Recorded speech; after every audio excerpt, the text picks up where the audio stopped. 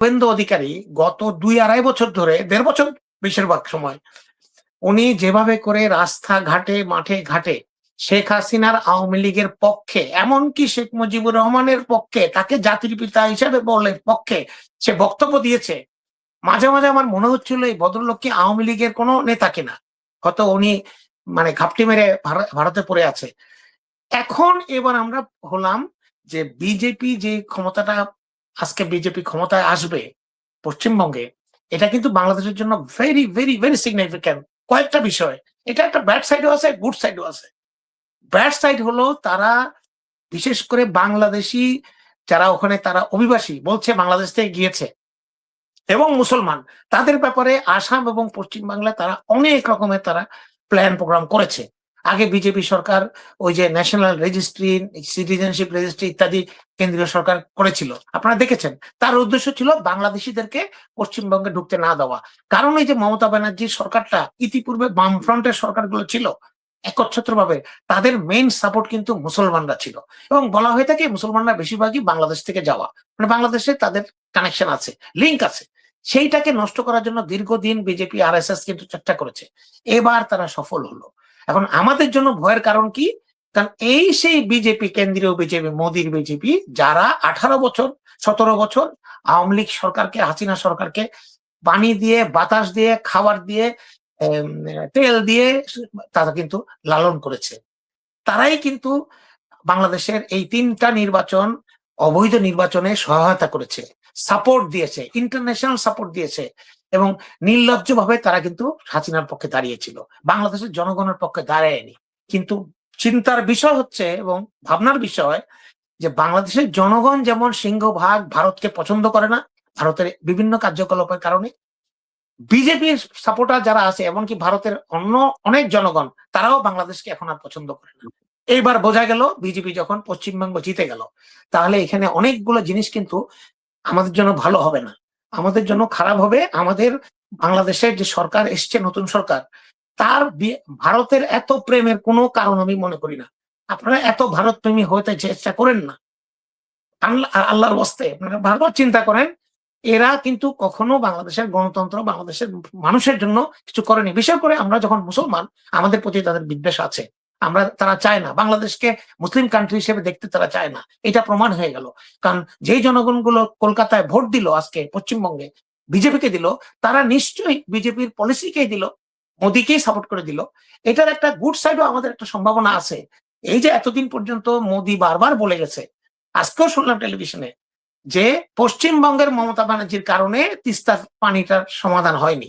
এ কিন্তু হাসিনার আমলে মোদী বাংলাদেশে এসেও বলেছে আমরা চাই, কিন্তু ভারতের সংবিধান অনুযায়ী এইসব জিনিস, পানি টানি, এগুলি প্রাদেশিক সরকারের উপরে ডিপেন্ড করে, এই যে রাজ্য সরকার। এই জন্য এখন মোদী সরকারকে দেখাতে হবে যে ওনার কথা এবং কাজে যে মিল আছে কিনা। এই যে আপনার মুনাফেক যে বলেন, এই মুনাফেক কিনা এটা এখন প্রমাণ করতে হবে। এখন যেন কালকে পরশুদিন সকালেই যেন তিস্তার পানিটা যেন আমাদেরকে দিয়ে দেওয়া হয়। এখন তো আর মমতা ব্যানার্জি নাই, এখন তো উনি তো আর বিরোধী করতে পারবো না। বিজেপি তো খুব আমাদের প্রতি খুব দয়াশীল, আমাদেরকে পানি দেওয়ার জন্য ওনারা উদ্গ্রীব। এখন দেখি ওনারা পানিটা দেয় কিনা। আর যেই যে আমাদের বাংলাদেশে কেন বলছি, আজকে যে আমাদের পররাষ্ট্র প্রতিমন্ত্রী শামা ওবায়দ, উনি একটা বক্তব্য দিয়েছেন এই ভারতের এই নির্বাচনের ব্যাপারে, নির্বাচনে বিজেপি আসলে বাংলাদেশের জন্য কোনো কিছু হবে কিনা। উনি বলেছেন এতে বাংলাদেশের কোনো কিছু হবে না।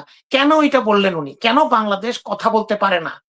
ওই যে মেরেছ ভেঙেছ কলসির কানা, তাই বলে কি প্রেম দেব না, এই খেলাটা তো বন্ধ করতে হবে। কেন এই মানে আনকন্ডিশনাল সাপোর্ট ইন্ডিয়ার প্রতি, আমাদের স্বাধীনতা সার্বভৌমত্ব এতই ঠুনকো, কেন তাদেরকে তো আমাদের সবসময় তাদের কথার আগে আমাদেরকে সাপোর্ট দিতে হবে? কেন উনি বলতে পারলেন না বা কথাটা প্রকাশ করতে পারলেন না? কেন খালেদা জিয়া 7 বছর জেলে ছিলেন, মৃত্যু মুখে পতিত হয়েছেন, ওনাকে জেল খালা মেরে ফেলার অবস্থা হয়েছে, ভারত সরকারকে সেটাকে সাপোর্ট দেয়নি? একবারও তো মোদী প্রতিবাদ করেনি।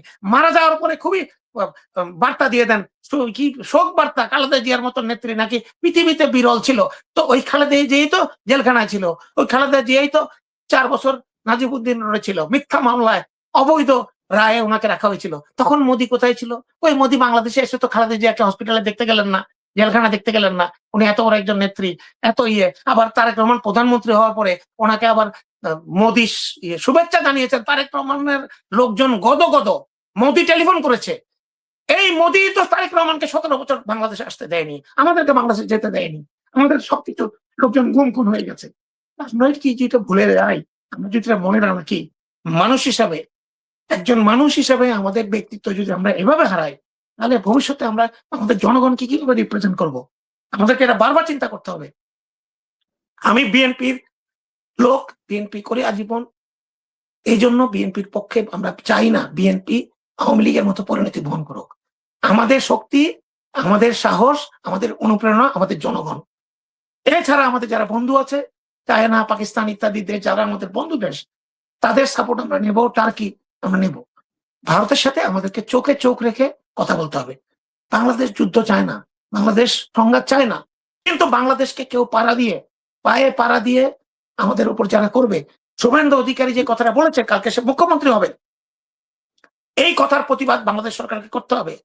সে বলেছে ক্লিয়ারলি যে শেখ হাসিনা ওয়াজেদ এখনো বাংলাদেশের প্রধানমন্ত্রী বৈধভাবে আছে, এখন যারা আছে তারা অবৈধ, ইনক্লুডিং তারেক সরকারকে অবৈধ, এবং শেখ হাসিনা অচিরেই শাহজালাল এয়ারপোর্টে এই কথা বলেছে, শাহজালাল এয়ারপোর্টে ল্যান্ড করবে, কেউ ঠেকাতে পারবে না।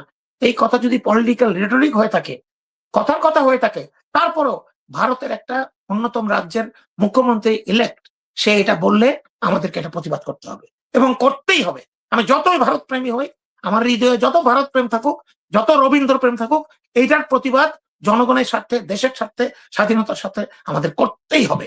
এর কোনো ব্যত্যয় নাই। ধন্যবাদ। সালাম ভাইয়ের কথাতেও বারবার উনি যখন মুনাফেকটা বলছিলেন, আমার কাছে সেটাই মনে পড়ছিল যে আমরা তো একই কাজ তো আপনিও করছেন। কারণ বিএনপি জামাত যদি একসাথে ঐক্যবদ্ধভাবে থাকে বা থাকা উচিত, খালেদা জিয়া তো সেটাই করেছিলেন এবং সেটাই দেশের জন্য, বাংলাদেশের স্বাধীনতা সার্বভৌমত্বের জন্য মঙ্গল ছিল। তো ওইটা আমাদেরকে মনে রাখতে হবে। বিএনপি যেটা করেছে, যেটা যদি ভুল করে থাকে, জামাত ইসলামী সেটা করবে কেন? আমি মনে করি, আমি তো বারবার বলছি, এখন আবার বলছি, যদি বিএনপি ক্ষমতায় না আসে, জামাত ইসলামী ক্ষমতায় আসতো, আমি হয়তো একটু আশাহত হতাম। আমার দল ডাইরেক্টলি আসলো না, জামাত ইসলাম আসলো, আমি তাতে বিশেষ কোনো আশাহত, বিশেষ কোনো দুঃখিত হতাম না। কারণ আমি মনে করি বিএনপি এবং জামাত দুটাই বাংলাদেশের স্বাধীনতা সার্বভৌমত্বের পক্ষের দল এবং তাদেরকে ঐক্যবদ্ধভাবে বাংলাদেশকে এগিয়ে নিয়ে যেতে হবে, এটা আমি বিশ্বাস করি। এবং এটা আমি মনে করি জিয়া রহমান এটা বিশ্বাস করতেন, খালেদা জিয়াও এটা বিশ্বাস করে। এখন যারা যারা এই ঐক্যটা চাচ্ছে না, যারা যারা এই বিভেদটা করতে চাচ্ছে, তাদের উদ্দেশ্যটাকে কিন্তু আমাদেরকে বুঝতে হবে। তারা কি কেন চাচ্ছে? আমাকে যদি আপনি প্রশ্ন করেন, আপনাকে যদি চয়েস দেওয়া হয় যে আপনি জামাত ইসলামী ক্ষমতায় আসবে নাকি আওয়ামী লীগ ক্ষমতায় আসবে, কোনটা নেবেন? আমি তো বলবো জামাত ইসলামী ক্ষমতায় নেবো, কারণ জামাত ইসলামী আমার ভাই।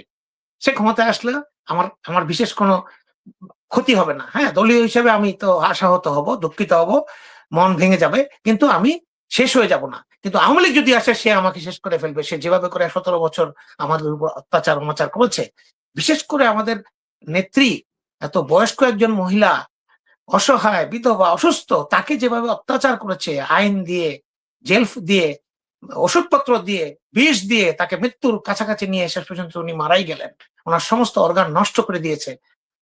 এই আওয়ামী লীগকে তো আমি আর বিশ্বাস করতে পারি না এবং করবো না কোনোদিন। তাই আমার কাছে ক্লিয়ার প্রশ্ন, আমরা আশা করি সবাই একটু কথাগুলোকে কন্ট্রোল করি। রাজনৈতিক প্রতিপক্ষকে ঘায়েল করার অনেক সুযোগ আছে, পলিটিক্যাল রেটরিক আমরা একটু অ্যাভয়েড করি, তাহলে মনে হয় আমাদের পরিবেশটা সুন্দর হবে। আর ওই কথাটা যেটা বললেন যে নীলুফার মনির কথাটা আমরা সাপোর্ট দেওয়ার চেষ্টা করছেন অনেকে, এটাতে আমি একমত। কারণ একটা ভুলকে এখানে কিন্তু নীলুফার চৌধুরীর মনির কথার মধ্যে কিন্তু ওনার যেটা উদ্দেশ্য ছিল সেটা কিন্তু ওই চাঁদাবাজির কথাটা না বললেও চলতো, এটা এক দর্শকও বললেন।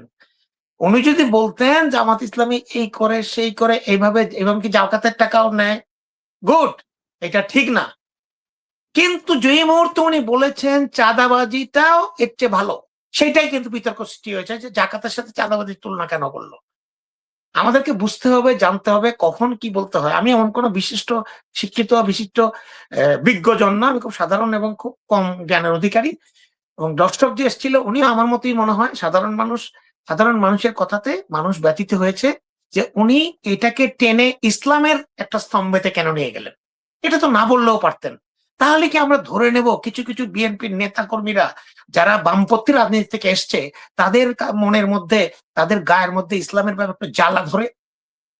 তাদের কাছে একটু একটু অ্যালার্জি আছে, এটাকে ধরে নেবো, যেটা আওয়ামী লীগে আমরা দেখতাম। আছে তো, বিএনপিতে আছে অনেক, অনেক বড় বড় আমাদের মহাসচিব সহ অনেকে আছে তো, ওরা অন্য ধরনের পলিসি ফলো করে। আমরা সবাই এই পলিসি ফলো করি না, আমরা ইসলামকে ধারণ করার চেষ্টা করি, যেটা বলি এটা করার চেষ্টা করি।